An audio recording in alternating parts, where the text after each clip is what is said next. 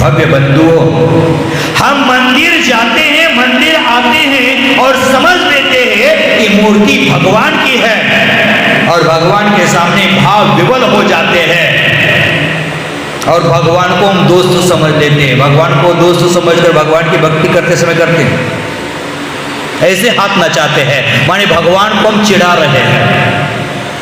ऐसे हाथ नचाने से क्या हुआ, ऐसे भाव विवल होने से क्या हुआ? जब तक हृदय में भक्ति का संचार नहीं होता है तो बाहर का नाच गाना करना बेकार है मेरे भाइयों। हम भक्ति करते बोलते हैं जिनको अपना माना, और थोड़ा हाथ ऊंचा कर देगा तो आकाश को स्पर्श कर देगा, सूरज चांद को मुट्ठी में पकड़ लेगा, इतना भाव विवल होता है।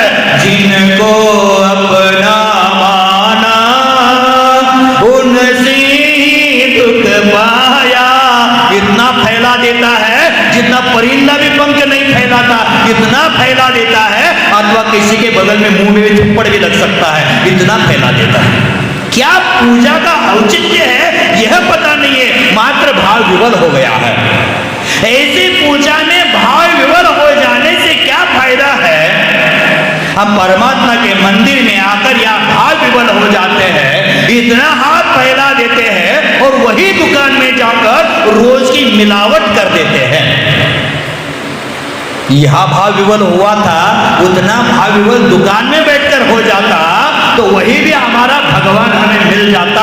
भगवान कहाँ है? मंदिरों में नहीं, भगवान तीर्थ स्थानों में नहीं, भगवान नदी में नहीं, भगवान शिखर के चोटी पर नहीं, भगवान तो हर जगह है।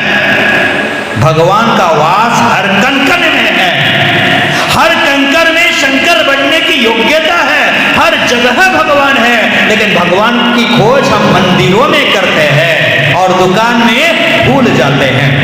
तो भगवान हमारे दुकान में भी है, वहां की मिलावट रुक जाती तो समझना कि यहाँ की भाव विवलता आपकी सही थी।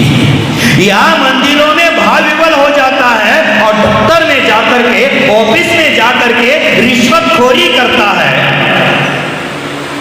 उस समय मंदिर के भाव कहां चले जाते हैं? ये सवाल हमारे मन में उठना चाहिए। उस समय हमारा समर्पण कहां जाता है? उस समय वह भाव विवलता कहां जाती है? कहां वो भाव विवलता तिरोहित हो जाती है? ये हमें समझना चाहिए। मनुष्य के मन में भ्रांति है कि परमात्मा मात्र केवल मंदिर में रहते हैं, लेकिन या तो इस धरती पर परमात्मा नहीं है और यदि है तो सर्वव्यापी भगवान है, यह हम भूल जाते हैं। भव्य बंधु, भगवान सर्वव्यापी है। यदि वो मंदिर में है, तीर्थ स्थान में है तो दुकान में भी है। भव्य बंधु, दुकान में भगवान ना आए इसलिए आज मंदिर के दरवाजे 11 बजे बंद हो जाते हैं। एक बार का प्रसंग है, कथा काल्पनिक है, काल्पनिक कथा को काल्पनिक समझ लेना, सच्चाई मत समझ लेना, लेकिन उसमें सार है उसको ग्रहण कर लेना। एक बार मंदिर के दरवाजे बंद हो गए, किवाड़ बंद हो गए। सुबह हम 1 आध घंटा मंदिर में आते, पुनः 23 घंटा के लिए छुट्टी कर देते। उसी प्रकार दरवाजे बंद हो गए और गलती से भरत की नजरअंदाजी के कारण साइड का दरवाजा खुला छूटा तो भगवान बैठे दिन भर थक गए और भगवान मंदिर से बाहर निकल गए और मंदिर से बाहर निकाल करके दुकान के सामने जाकर बीच चौखट में खड़े हो गए, चौराहे में खड़े हो गए। तब मंदिर के भगवान भी चौराहे में खड़े हुए हैं तो आप दुकान में मिलावट कर सकता है? भगवान देख रहा है। आप रिश्वतखोरी कर सकता है? नहीं कर सकता, भगवान देख रहे हैं। तो अब व्यापार यूनियन होता है, यूनियन का मीटिंग हो गया और मीटिंग में सोचा कि अब भगवान आए, कैसे भी मना लेना, इनको जाकर के मंदिर में विराजित कर देना। तो भगवान को बोल दे कि भगवान जी आप यहाँ क्या कर रहे हो? आपका स्थान यह नहीं है, ये गंदगी है, इसमें आप क्यों आए? आपका तो पवित्र स्थान मंदिर है, वहां जाकर आप विराजित हो जाओ, यहाँ क्यों आए हैं? तो भगवान बोले कि हम बैठे बैठे मंदिर में थक गए थे भाई, कितना अकेला बैठेंगे, हाथ पर हाथ रख करके, आंख बंद करके कितना बैठेंगे, थक चुके थे, इसलिए आपको देखने, आपसे मिलने आ गए हैं। लेकिन व्यापारी वर्ग कहता है आप मिलने आए हैं लेकिन व्यापार नहीं कर पा रहे हम, क्योंकि आपके सामने कुछ गंदा काम नहीं कर सकते, आप चलो मंदिर, तो मान ही नहीं भगवान।